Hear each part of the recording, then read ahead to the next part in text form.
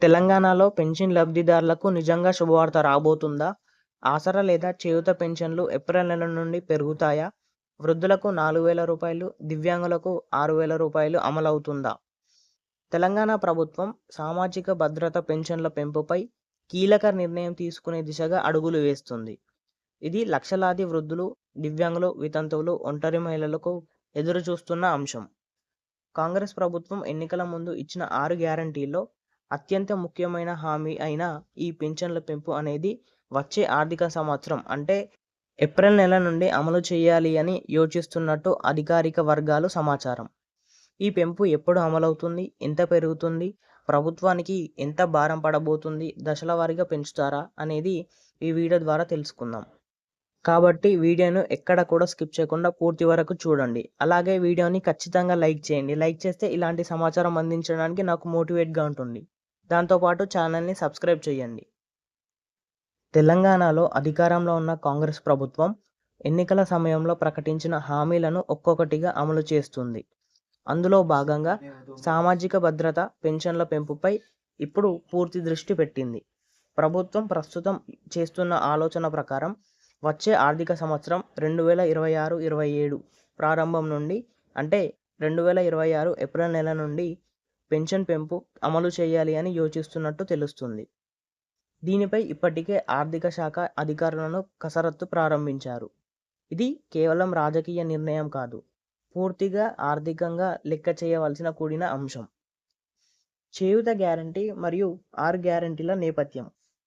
కాంగ్రెస్ ప్రభుత్వం ఇచ్చిన 6 గ్యారంటీల్లో సామాజిక భద్రత పెన్షన్ల పెంపుపై ఒక కీలక హామీ.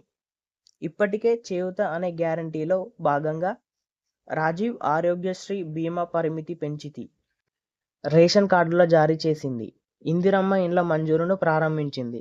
ఇప్పుడు ఆ క్రమంలోనే పెన్షన్ల పెంపుపై కూడా తీసుకురావాలని ప్రభుత్వం భావిస్తుంది. ప్రస్తుతం ఉన్న పెన్షన్ల పరిమితి. ప్రస్తుతం తెలంగాణ రాష్ట్రంలో సుమారు 44 లక్షల మందికి పైగా పెన్షన్దారులు ఉన్నారు. ఇప్పుడున్న పెన్షన్ విధానం ఇలా ఉంది.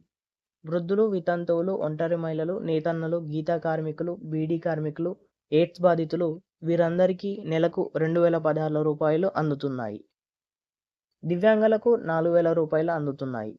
డయాలసిస్ రోగులు, దీర్ఘకాలిక వ్యాధిగ్రస్తులకు వ్యాధి తీవ్రతను బట్టి 5,000 నుండి 10,000 వరకు ఈ పెన్షన్ అనేది అందుతుంది. కాంగ్రెస్ హామీ ప్రకారం ఎంత పెరగాలి?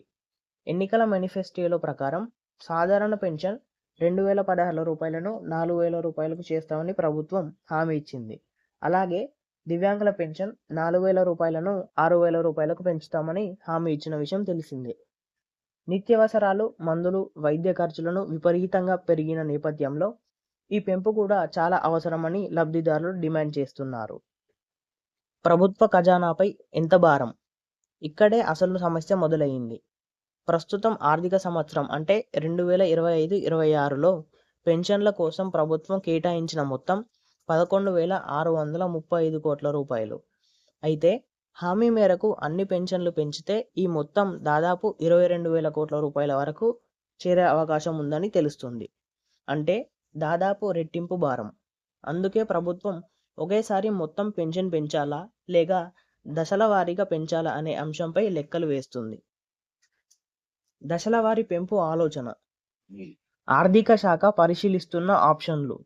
ఇప్పుడున్న పెన్షన్పై రూ. 500 పెంచాలా లేక రూ. 1,000 పెంచాలా అనే దానిపై ఒకేసారి 4,000 లేదా 6,000 అమలు కుదరకపోతే దశల వారీగా పెంపు. మొదట కొంత పెంచి తర్వాత పూర్తిగా అమలు చేసే అవకాశం ఉంది. బోగస్ పెన్షన్లపై కొరడా. భారీ భారం తగ్గించుకోవడానికి ప్రభుత్వం మరో కీలక నిర్ణయం తీసుకుంటుంది. బోగస్ పెన్షన్లను పూర్తిగా తొలగించడం. దీనికోసం Aadhaar seeding, biometric verification, field level verification కఠినంగా అమలు చేయనున్నారు. ఇలా ఆదా అయిన నిధులను నిజమైన లబ్ధిదారుల పెన్షన్ పెంపుకు ఉపయోగించాలన్నదే ప్రభుత్వం యొక్క ఆలోచన. కొత్త లబ్ధిదారులకు అవకాశం. ఇటీవల కొత్త రేషన్ కార్డుల జారీ చేసిన నేపథ్యంలో కొత్తగా అర్హత పొందిన వారికి పెన్షన్ దరఖాస్తులు స్వీకరించేందుకు ప్రభుత్వం సిద్ధమవుతుంది. అంటే పాత లబ్ధిదారులతో పాటు కొత్త అర్హులకు పెన్షన్ లభించే అవకాశం ఉంది. పెన్షన్ పెంపు ఆలస్యం ఎందుకు జరిగింది? కాంగ్రెస్ ప్రభుత్వం అధికారంలోకి వచ్చిన 2 సంవత్సరాలు అవుతుంది. ఇప్పటి వరకు పెన్షన్ ఎందుకు పెంచలేదు అని దీనికి ప్రధాన కారణం రాష్ట్ర ఆర్థిక పరిస్థితి. బీఆర్ఎస్ ప్రభుత్వం నుండి కాంగ్రెస్ ప్రభుత్వం అధికారంలోకి వచ్చినప్పటికీ అప్పులు, పెండింగ్ బిల్లులు, పెండింగ్లో ఉన్న సంక్షేమ పథకాల భారాలు చాలా తక్కువ ఉన్నాయి అని కాంగ్రెస్ ప్రభుత్వం మొదటి నుండే చెబుతుంది. ఒకవైపు రైతు రుణమాఫీ, ఇంకోవైపు ఆరోగ్యశ్రీ, ఇంకోవైపు రేషన్ కార్డులు, ఇల్లు, ఉచిత విద్యుత్ ఇవన్నీ ఒకేసారి అమలు చేయాలంటే ఖజానాపై తీవ్ర ఒత్తిడి పడుతుంది. అందుకే ప్రభుత్వం తొందరపడి తప్పు నిర్ణయం తీసుకోవడం కంటే సరైన ప్లానింగ్తో శాశ్వతంగా అమలయ్యే విధంగా పెన్షన్ పెంపు తీసుకురావాలి అని యోచిస్తుంది. బీఆర్ఎస్ కాంగ్రెస్ పింఛన్ల పాలసీలు పోలిక. ఇక్కడ ఒక పోలిక చెప్పుకోవాలి. బీఆర్ఎస్ ప్రభుత్వం ఆసరా పెన్షన్ పథకం ప్రారంభించింది. దీన్ని 1000 రూపాయల నుండి 2016 రూపాయల వరకు పెంచింది. కానీ చివరి కొన్ని ఏళ్లలో పెంపు జరగలేదు. కాంగ్రెస్ ప్రభుత్వం పేరు మార్చి చేయూతగా అమలు చేసింది. మొత్తాన్ని డబుల్ చేయాలన్న హామీ ఇచ్చింది. ఆలస్యమైనా సరే పెద్ద పెంపు ఇవ్వాలనే ఉద్దేశం చూపిస్తుంది కాంగ్రెస్ ప్రభుత్వం. అంటే చిన్న చిన్న పెంపు కాకుండా ఒకేసారిగా గణనీయమైన మార్పు తీసుకురావాలి అని ప్రభుత్వం భావిస్తున్నట్టు చెప్పొచ్చు. పెన్షన్ పెంపు వల్ల ఆర్థిక వ్యవస్థపై ప్రభావం.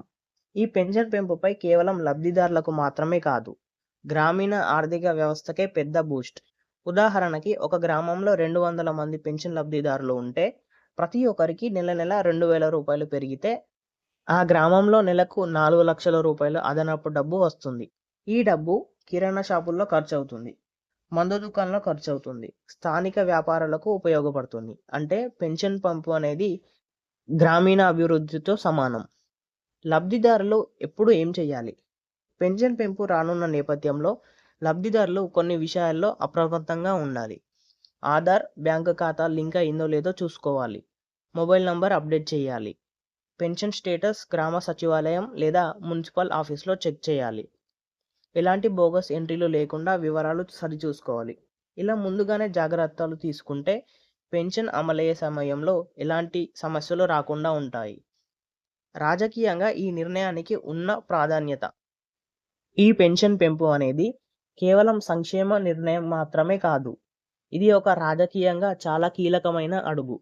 స్థానిక సంస్థల ఎన్నికలు, గ్రామ పంచాయతీలు, మున్సిపాలిటీలు, జడ్పీటీసీలు ఈ ఎన్నికల్లో వృద్ధులు, మహిళలు, దివ్యాంగులు వారి ఓటు చాలా కీలకంగా ఉంటుంది.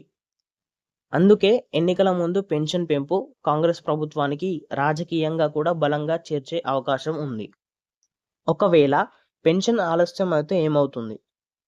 ఏప్రిల్ నుండి పూర్తిగా అమలు కాకపోయినా కనీస ప్రకటన లేదా మొదటి దశ పెంపు అనేది తప్పకంగా వచ్చే అవకాశం ఉందని రాజకీయ వర్గాలు చెబుతున్నాయి. అంటే మాట ఇచ్చి మర్చిపోతున్న ప్రభుత్వం కాదు, కాస్త ఆలస్యమైన అమలు చేసే ప్రభుత్వం అన్న ఇమేజ్ని తీసుకురావాలని కాంగ్రెస్ ప్రభుత్వం భావిస్తుంది. ఈ పెన్షన్ పెంపు అనేది డబ్బు విషయమే కాదు, ఇది ఒక ఆత్మగౌరవం, భరోసా, భద్రతకు సంబంధించిన అంశం. వచ్చే ఏప్రిల్ నెల నుండి ఈ పెన్షన్ అమలు అయితే తెలంగాణలో లక్షలాది కుటుంబాల్లో నిజమైన ఆనందం కనిపిస్తుంది. ప్రభుత్వం హామీ నెరవేర్చనుందా, ఏ స్థాయిలో పెన్షన్ చేస్తుంది అన్నది వేచి చూడాలి. ఇలాంటి చేయూత పెన్షన్ల గురించి మరెన్నో అప్డేట్స్ కోసం మన ఛానల్ని సబ్స్క్రైబ్ చేయండి. అలాగే వీడియోని ఖచ్చితంగా లైక్ చేయండి.